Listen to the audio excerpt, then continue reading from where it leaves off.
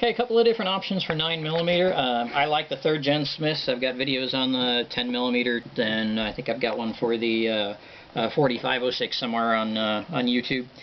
This is the 5906, and this is the 3913 TSW. They stuck a little rail kind of a thing on there. These have been out of production for a while. This one is an aluminum frame, this one's a steel frame. This gun is a tank. It was Albuquerque Police Department turn-in. I got it for about $400. I got this one for not much more than that. As far as, you know, a concealed carry gun, yeah, this is actually a pretty decent option. It has the Smith style decocker, as it does this one. This one has the spurred hammer, this one does not, and so there's less to snag on clothes and whatnot. And when you put safety off, you do have a magazine disconnect, and then the same on this one. Actually, no, that's not true. Albuquerque, because it was police department, they didn't want the disconnect, I guess, so this one does not have the magazine disconnect, because right now there's no magazine in there. So it does have the trigger disconnect once you've flipped the safety down, but not the magazine disconnect. So most of these do have it. Most of the 3rd gens do have a magazine disconnect, unless I guess the police department specifically wanted it otherwise. It is a thick gun. You know, this one has Pacmar grips, which make it a little thicker than most. But you know, there's a Glock 17 for comparison, and yeah, you know, the Smith is quite a bit thicker than a Glock, which a lot of people find to be kind of a big gun as it is. Has a pretty decent double action trigger. You know, the first round's obviously, you know, a harder pull, longer, but after that it goes to single action.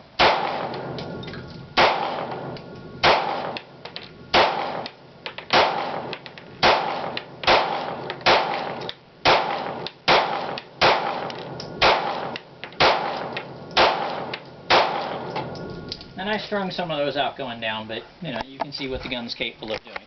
It's certainly capable of putting together nice groups, particularly, you know, this is a really short range. The Smith Wesson, they call it their tactical Smith Wesson TSW.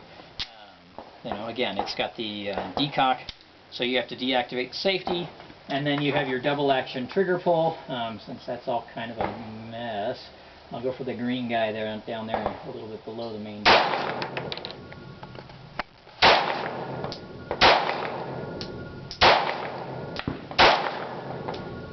I'm like hitting a little low and a little right. Yep.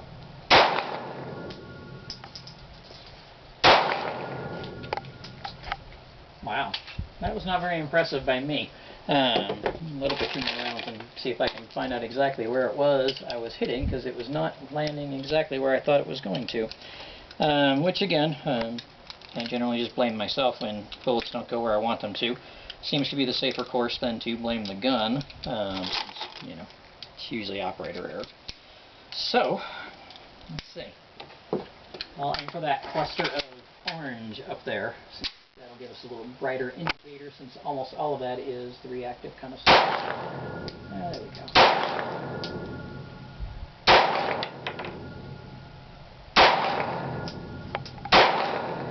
Yeah, I'm aiming at the top one, and I'm getting hits down a little bit down and to the left.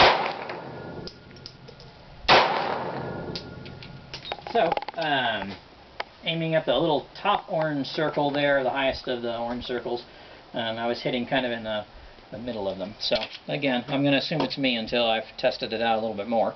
But as far as, you know, shootability, yeah, these are very shootable guns. This thing is, I mean, it's heavy.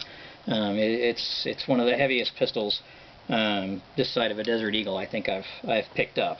But it's definitely robust. Carrying it concealed, yeah, that would not be fun. This one's a lot lighter. I would say it's around the same as the Beretta PX4 Storm here, and certainly a little bit lighter than the Glock 17. Glock 26 probably be very close to it in weight, but again, you also get a lot more rounds. This is only 8 with the Smith TSW.